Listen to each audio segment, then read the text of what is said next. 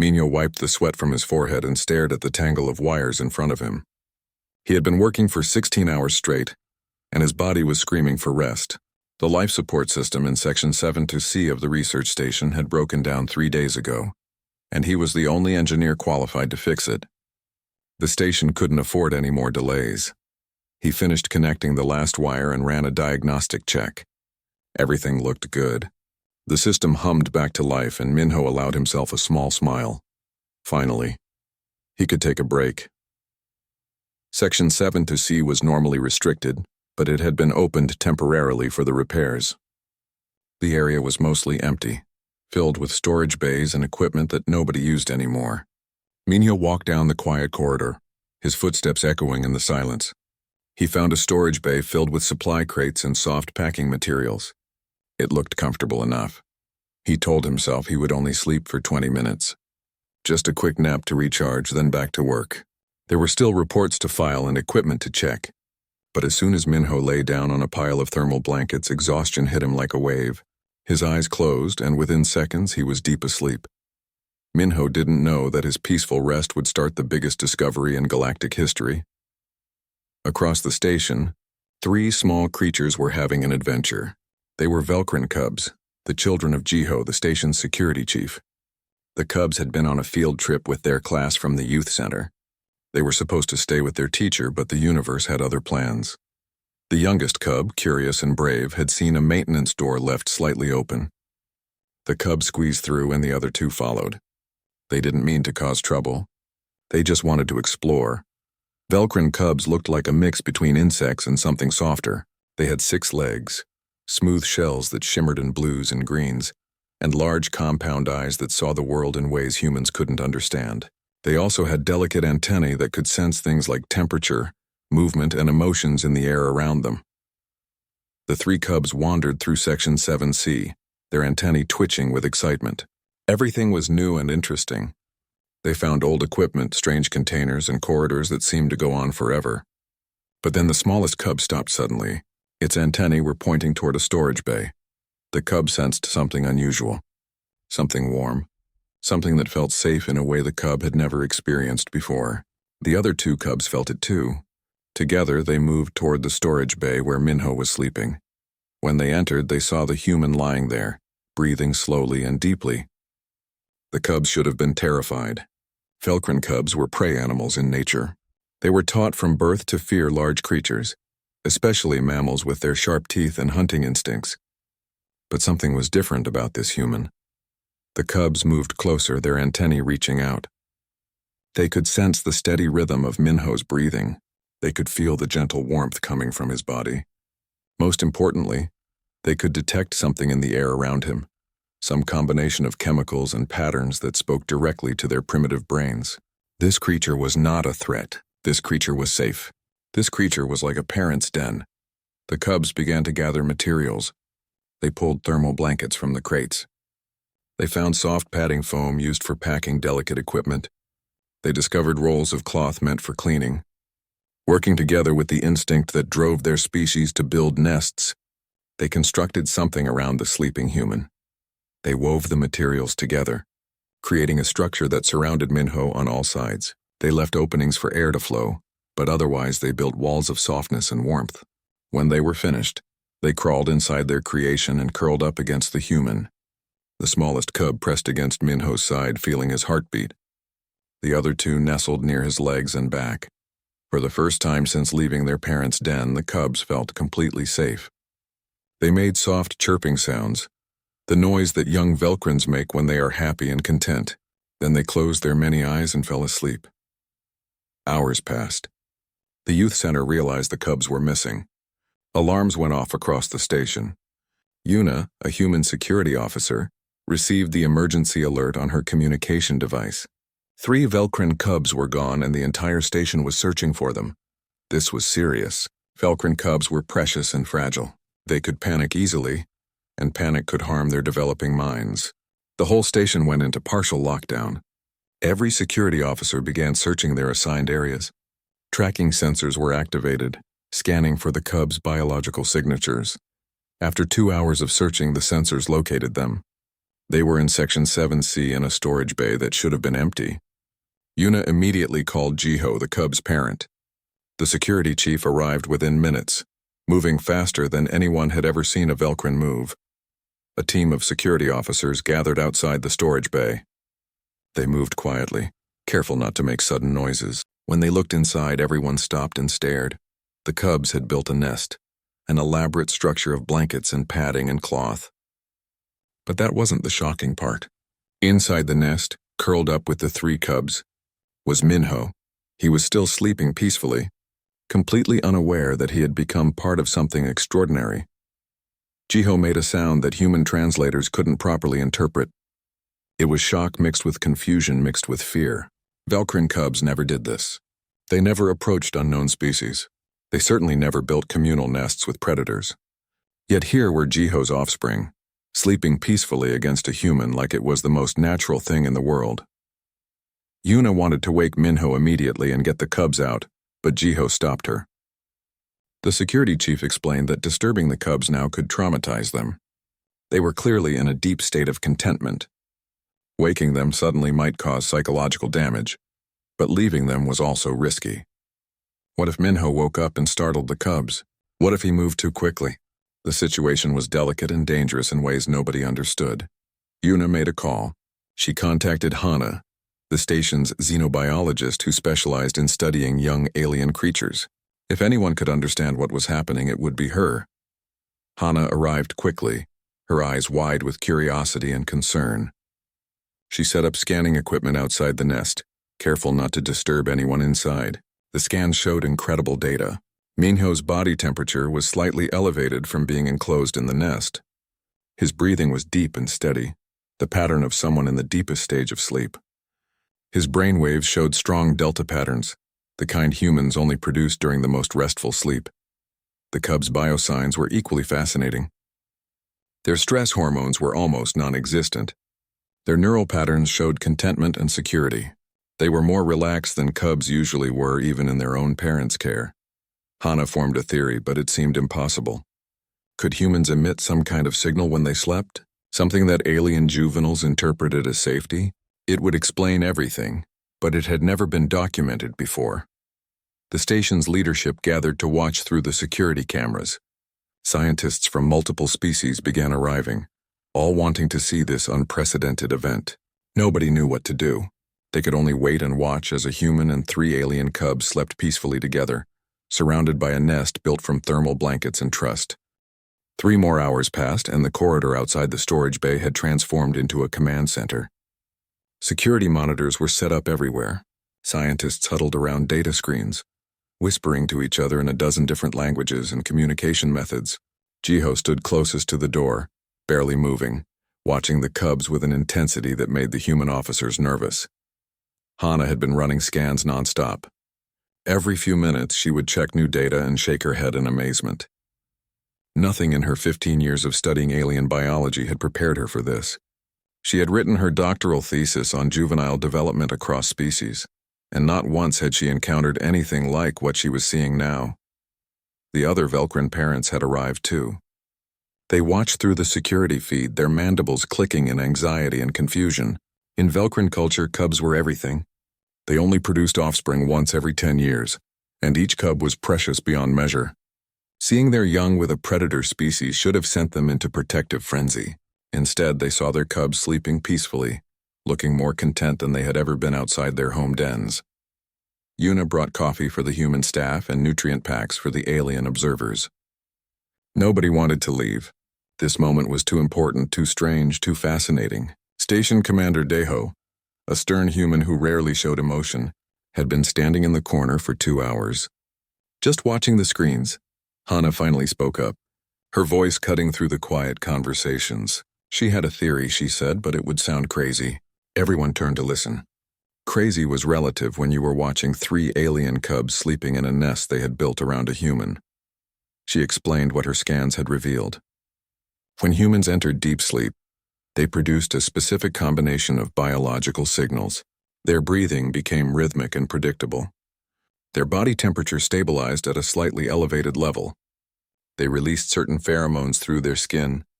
Most importantly, Their brains produced delta waves, strong and steady patterns of neural activity. Separately, none of these things were unusual. But together, Hana explained, they might accidentally mimic signals that many juvenile species associated with safety. It was like humans were unintentionally broadcasting a message that said, "Safe place, no danger, rest here," in a language that bypassed conscious thought and spoke directly to primitive survival instincts. One of the Velcrin scientists, an elder named Kiro, made a series of clicks and whistles. The translator converted it to human language.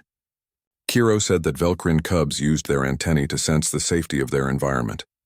They checked for steady air currents, stable temperatures, and the absence of stress chemicals. Parents created these conditions in their dens deliberately. Could humans be creating them accidentally? Hana nodded. It was possible. More than possible. Her data suggested it was exactly what was happening. But she needed to test it with other species. The problem was she couldn't test anything until they resolved the current situation. Commander Deho asked the question everyone was thinking. How long would they wait? Minho had now been asleep for 7 hours, far longer than his intended 20-minute nap. The cubs had been with him for 4 hours. At some point someone would wake up, and then what? Jiho spoke for the first time in hours.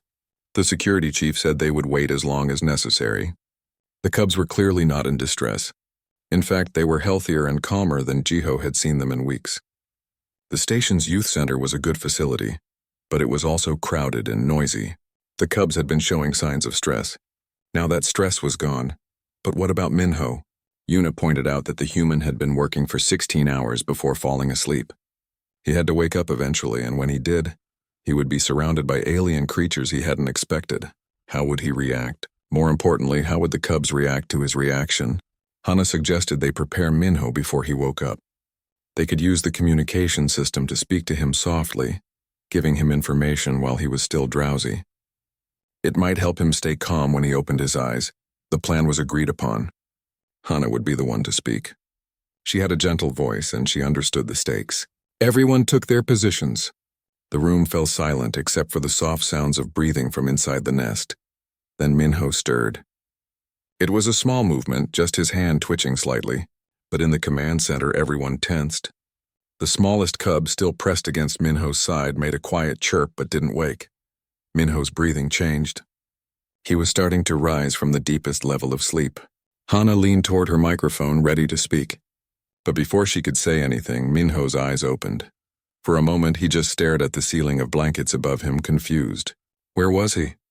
This wasn't where he had fallen asleep. The space around him felt different, warmer, more enclosed. Then he tried to sit up and realized he couldn't move properly. There was weight on his chest, his legs, his back. Minho turned his head slowly. 6 inches from his face were 3 pairs of compound eyes, reflecting the dim light in rainbow colors. The cubs were awake now, staring at him with curiosity. Their antennae reached out, touching his face with feather-light gentleness. In the command center, every human held their breath. Jiho moved closer to the door, ready to intervene. Hana activated her microphone. Her voice came through small speakers in the storage bay, soft and calm. She said Minho's name. She told him not to move quickly. She explained that he was surrounded by Velcrin cubs, that they were friendly, that everything was okay. She asked him to stay calm and breathe normally. Minho, to his credit, didn't panic. He had worked on multi-species stations for 8 years. He understood that sudden movements could frighten aliens. He also trusted Hana. If she said everything was okay, then he would believe her.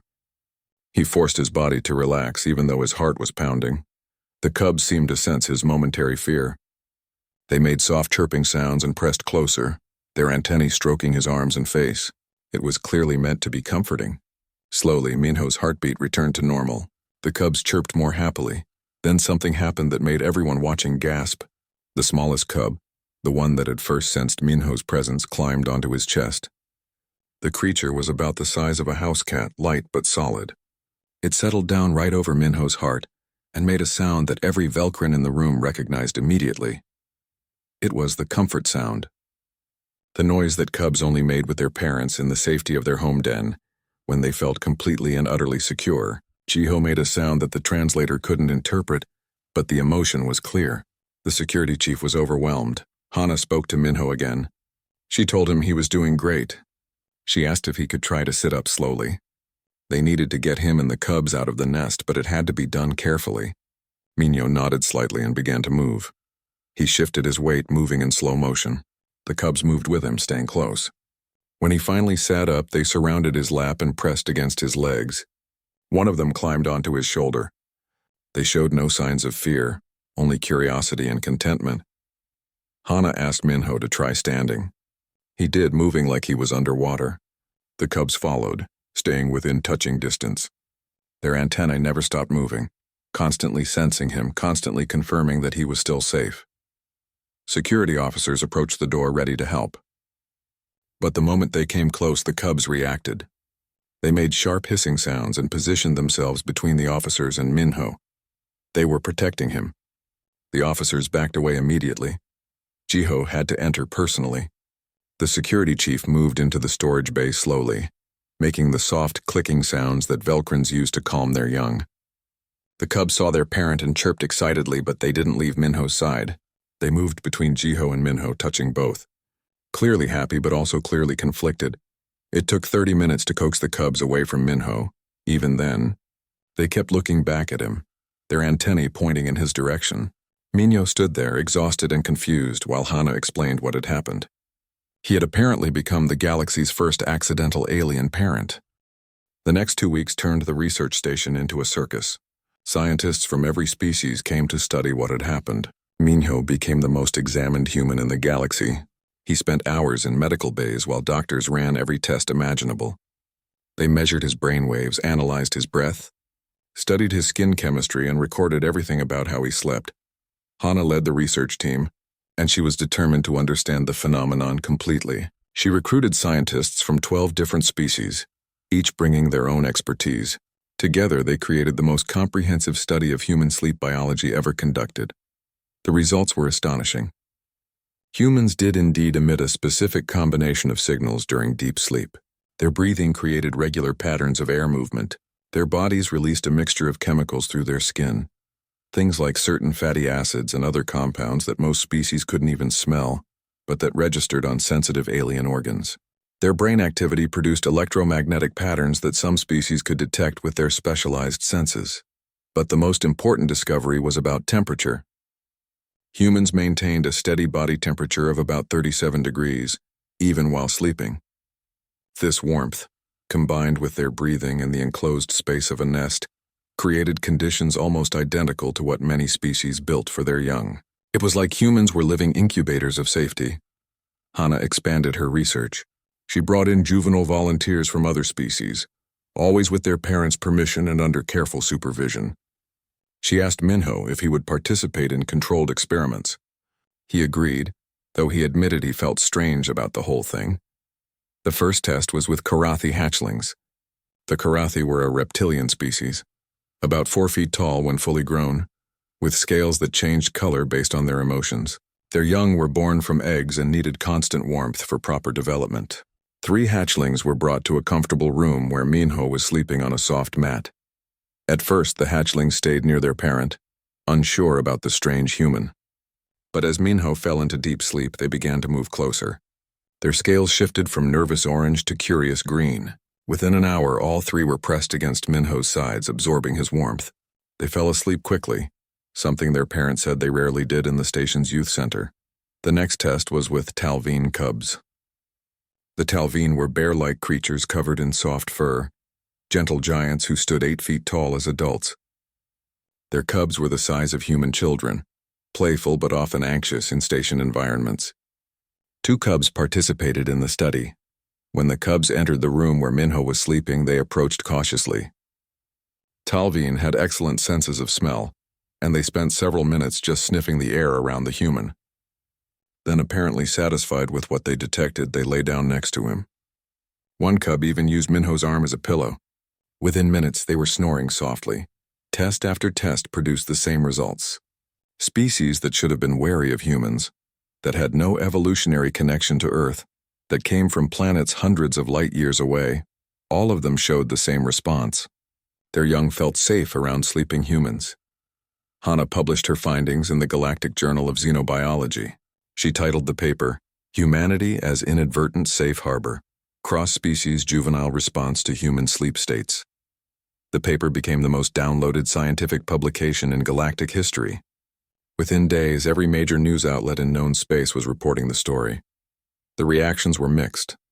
Some species were fascinated and wanted to learn more, others were suspicious, and a few were openly hostile. The Drexian Empire, a powerful civilization of bird-like beings, issued a formal complaint.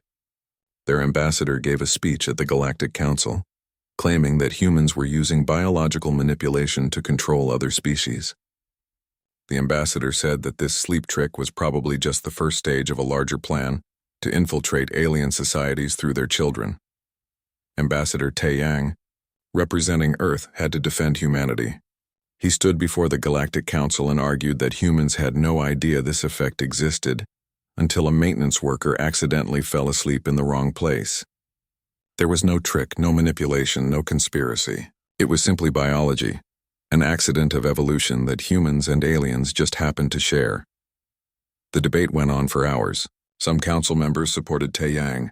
Others demanded that humans be restricted from contact with alien juveniles until more research could be done. The vote was close, but ultimately, the council decided to allow continued research with proper oversight. Meanwhile, requests were flooding in from across the galaxy. Orphanages wanted human staff. Youth centers asked if humans could work night shifts. Hospitals that treated traumatized young patients inquired about human volunteers. Everyone wanted access to this newly discovered human ability. Minho watched all of this from his small apartment on the station. He had become famous without meaning to. His face was on news broadcasts across 100 worlds. People he had never met were debating whether he was a hero or a threat. It was overwhelming. One evening, Jiho visited him. The Velcrin security chief brought the 3 cubs, who immediately rushed to Minho and climbed onto his furniture, chirping happily. Jiho explained that the cubs had been asking to see Minho every day. In Velcrin culture, cubs who bonded with someone outside their family unit were rare but not unheard of. Jiho said that Minho had, in essence, become an honorary parent. Minho didn't know what to say. He had just been trying to take a nap. He hadn't meant to start any of this, but looking at the cubs, seeing how happy they were to be near him, he felt something shift inside. Maybe this was important. Maybe it mattered. A few days later, a woman named Sora contacted the research station. She was a human social worker who had been running a refugee center for Karathi on a border world. The center housed children who had lost their parents in a recent war. These young Karathi were traumatized and couldn't sleep properly. Doctors said the lack of sleep was causing serious developmental problems. Sora had read Hana's paper. She wanted to volunteer for a trial. Could she try sleeping in the same room as the young refugees? Maybe it would help. Hana agreed immediately and set up monitoring equipment at the center. The first night, Sora simply lay down on a mat in the corner of the communal sleeping room. 17 young Karathi watched her with suspicious eyes. They had learned not to trust adults, not to feel safe anywhere. But as Sora fell asleep, something changed. One hatchling approached first, moving slowly across the floor. It stopped a few feet away, testing the air with its tongue. Then it moved closer and closer. Finally, it curled up against Sora's side. Within minutes, another hatchling joined. Then another. By morning, all 17 young Karathi were sleeping around Sora. It was the first full night of sleep any of them had gotten in months. The medical staff couldn't believe the data. The hatchlings' stress hormones had dropped dramatically. Their neural development, which had been stalling, showed signs of resuming normal patterns. Sora sent a message to every human aid worker she knew. She told them what had happened and encouraged them to try the same thing. Soon reports came in from dozens of facilities across the galaxy. Humans were helping traumatized alien children simply by sleeping near them. But not everyone was happy about this development. A group calling themselves the Purity Front released a statement condemning the human invasion of alien youth development. They claimed that humans were taking advantage of vulnerable children and that this biological effect was proof that humans were dangerous. The Purity Front's words found an audience among species that already distrusted humans. Protests broke out on several worlds. Some orphanages that had hired human staff were forced to let them go. The galactic community was dividing over the question of what humans were and what they meant for the future. Then the Purity Front made a terrible decision. They decided they needed proof that humans were dangerous. They needed to show the galaxy what would happen when the human trick failed. And for that, they needed a human and some very traumatized alien cubs in a controlled environment. They needed Minho. Minho was walking back to his apartment after his evening shift when everything went dark. Something hit him from behind, hard enough to knock him down but not enough to knock him out. He tried to shout, but a hand covered his mouth. Multiple hands grabbed his arms and legs. He struggled, but whoever was attacking him was strong and prepared. They injected something into his neck. Minho felt his muscles go weak. His vision blurred. He couldn't fight anymore. The last thing he remembered before losing consciousness was being lifted and carried somewhere, hearing voices speaking in a language he didn't understand. When Minho woke up, he was in a small room with metal walls. The floor was cold beneath him.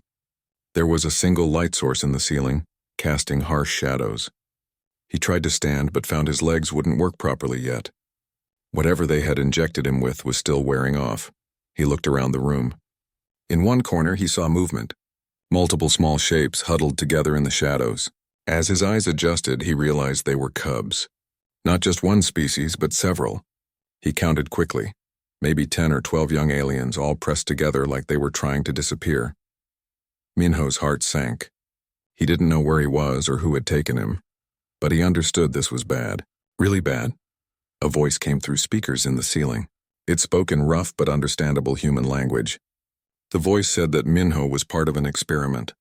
The galaxy needed to see the truth about humans. These cubs were all rescued from illegal fighting rings, where criminal organizations had forced young aliens to fight each other for entertainment. The cubs had been conditioned to be aggressive, to trust no one, to see every creature as a threat. The voice explained that if human sleep really created safety, then these cubs would respond to Minho. But if the human trick was just manipulation that only worked on healthy, normal cubs, then these traumatized youngsters would attack. The voice said they had cameras recording everything. Soon the whole galaxy would see what happened when humans faced cubs that couldn't be fooled. Minho tried to speak, to argue, to explain that this was wrong, but the speakers went silent. He was alone with the frightened, traumatized cubs. On the research station, chaos erupted when Minho didn't report for his next shift. Yuna started a search immediately. Security checked all his usual locations. They contacted his friends. They reviewed security footage from the corridors near his apartment. What they found made everyone's blood run cold. The footage showed 3 figures in dark clothing grabbing Minho and dragging him into a maintenance shaft. The figures were careful to avoid showing their faces.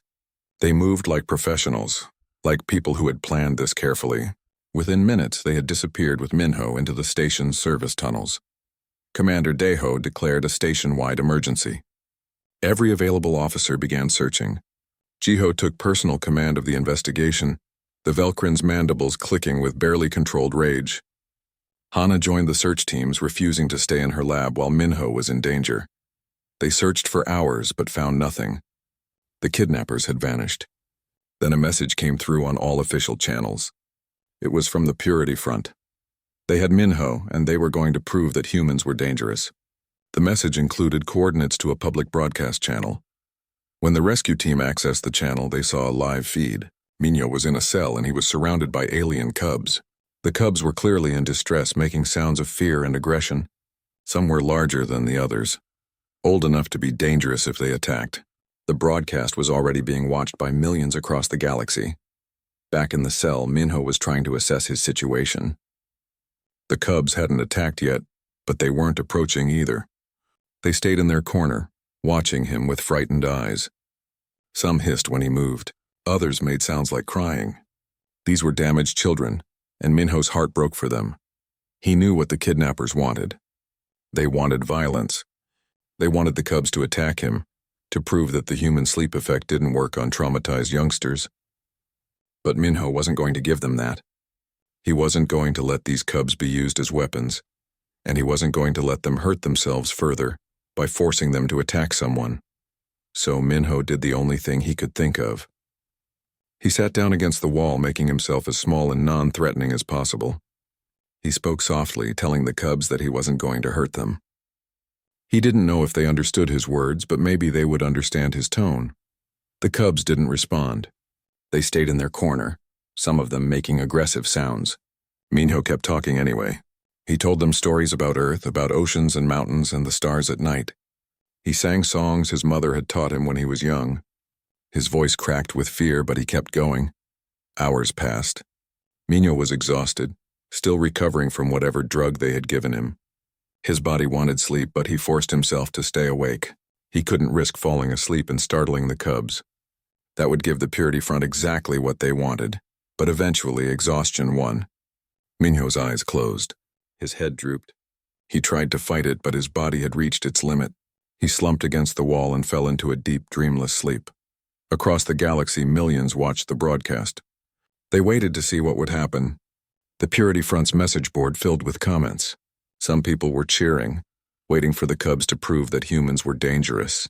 Others were praying that nothing bad would happen. The tension was unbearable. In the cell, the cubs watched the human fall asleep. They had been trained to attack. They had been conditioned to see every creature as an enemy. But something was different about this human. As he slept, they sensed something change in the air around him.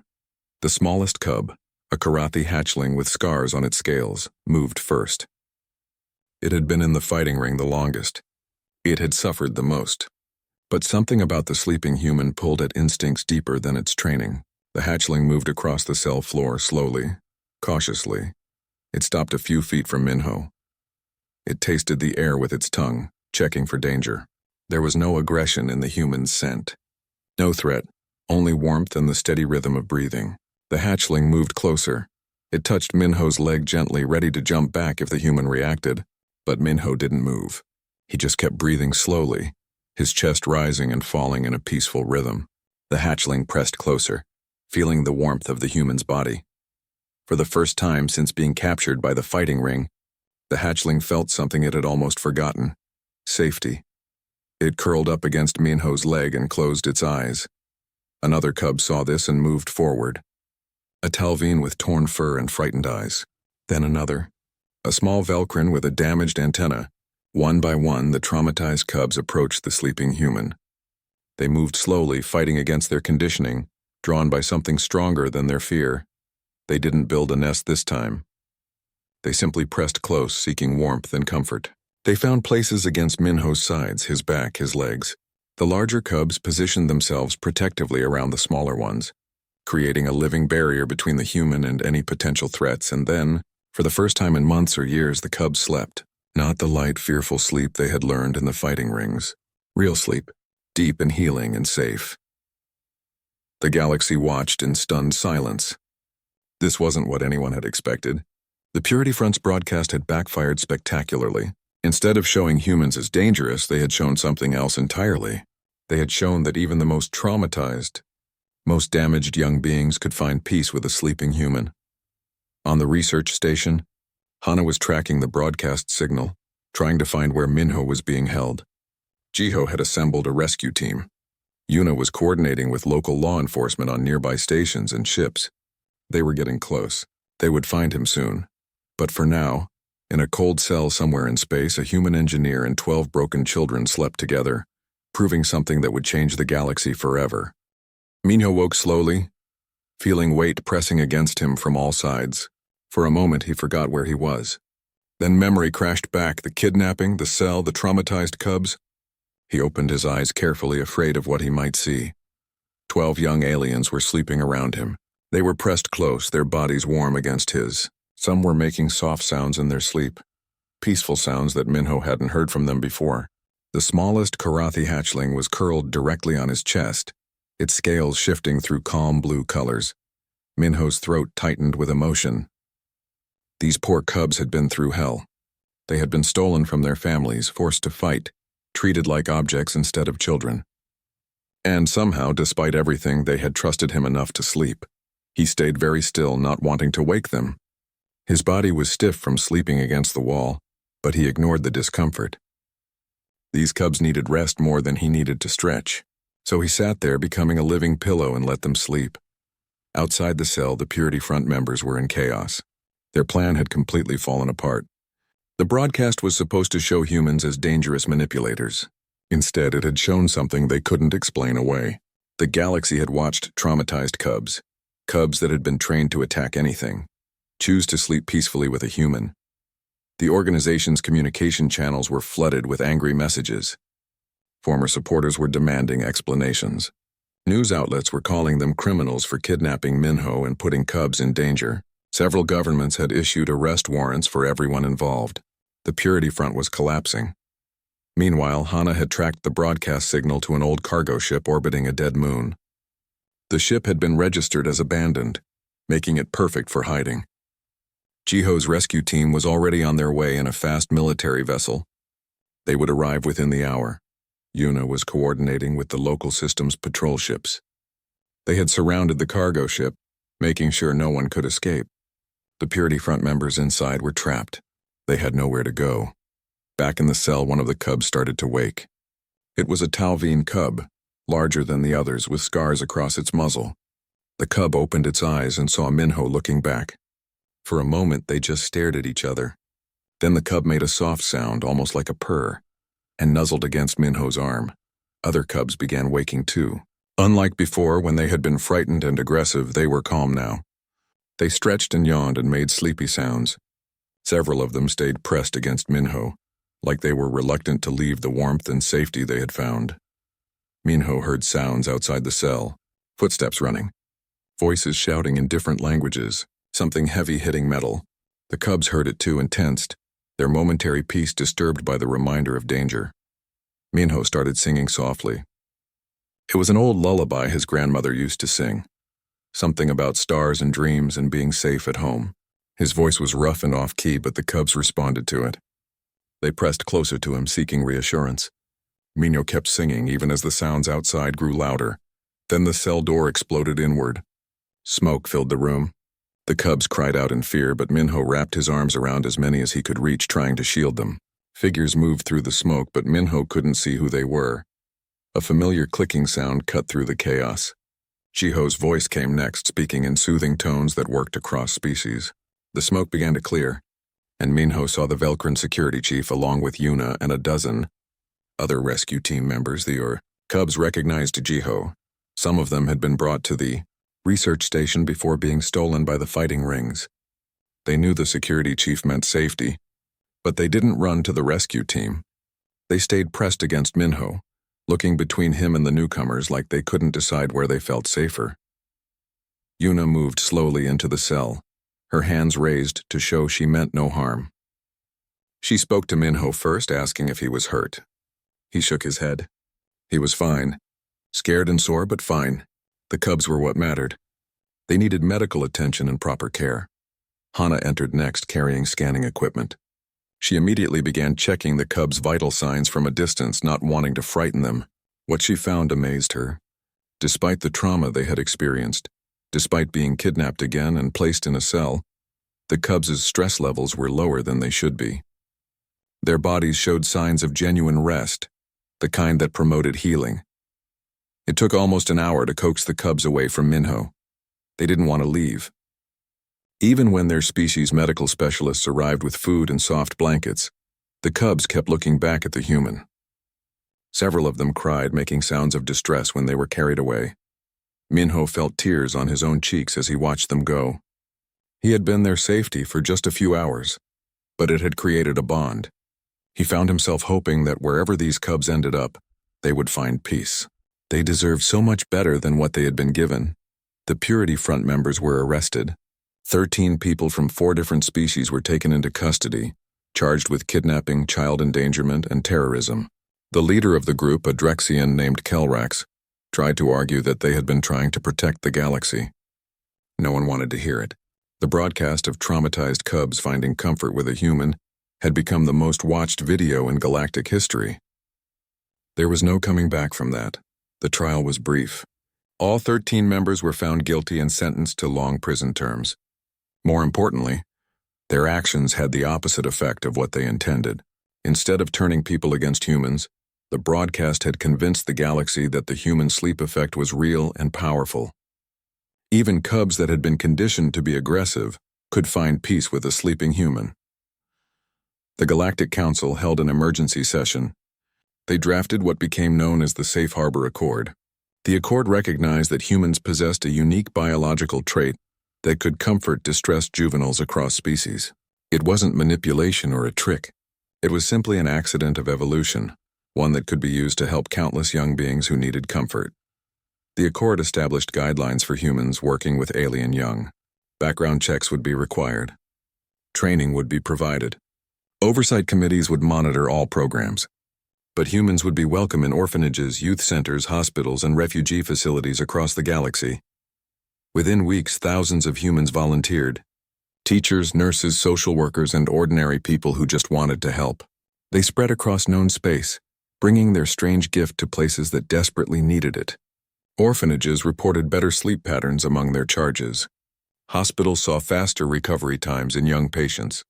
Refugee centers found that traumatized children were beginning to heal. Minho returned to his job on the research station, but things were different now. The station commander created a new position for him, comfort specialist. His job was to spend time with young aliens who were having trouble adjusting to station life. Sometimes he just sat in a room while cubs slept nearby. Other times he told stories or sang songs. It wasn't the career he had planned, but it felt right. Jiho's 3 cubs visited him every week. They had finally stopped trying to build nests around him, but they still loved to curl up nearby when he rested. Minho had become part of their extended family, something that was rare in Velcrin culture but not unheard of.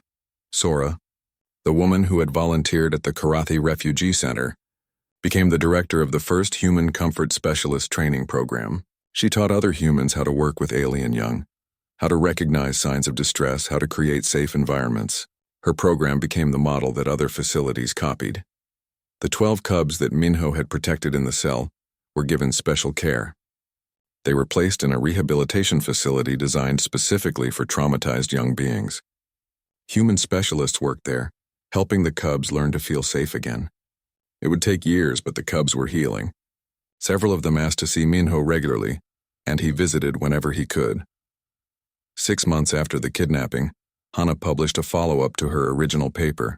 This one was titled Beyond Biology: The Social Impact of Human-Alien Juvenile Bonding. She wrote about how the human sleep effect had changed galactic society. She documented cases from hundreds of facilities across dozens of worlds. She included testimonials from parents, doctors, and the young aliens themselves. The paper concluded with an observation that became famous across the galaxy. Hana wrote that humans had spent their entire history wondering what they would bring to a galactic community. They had imagined sharing technology, art, philosophy, or military strength. They had never imagined that their greatest gift would be something as simple as making children feel safe. Commander, Daiho retired and was replaced by a young human woman named Yunji. Her first act as station commander was to expand the Comfort Specialist program. She hired 10 more humans and created partnerships with youth facilities on nearby stations. Under her leadership, the research station became a model for human-alien cooperation. Minho sometimes thought about that day when he had just wanted a 20-minute nap.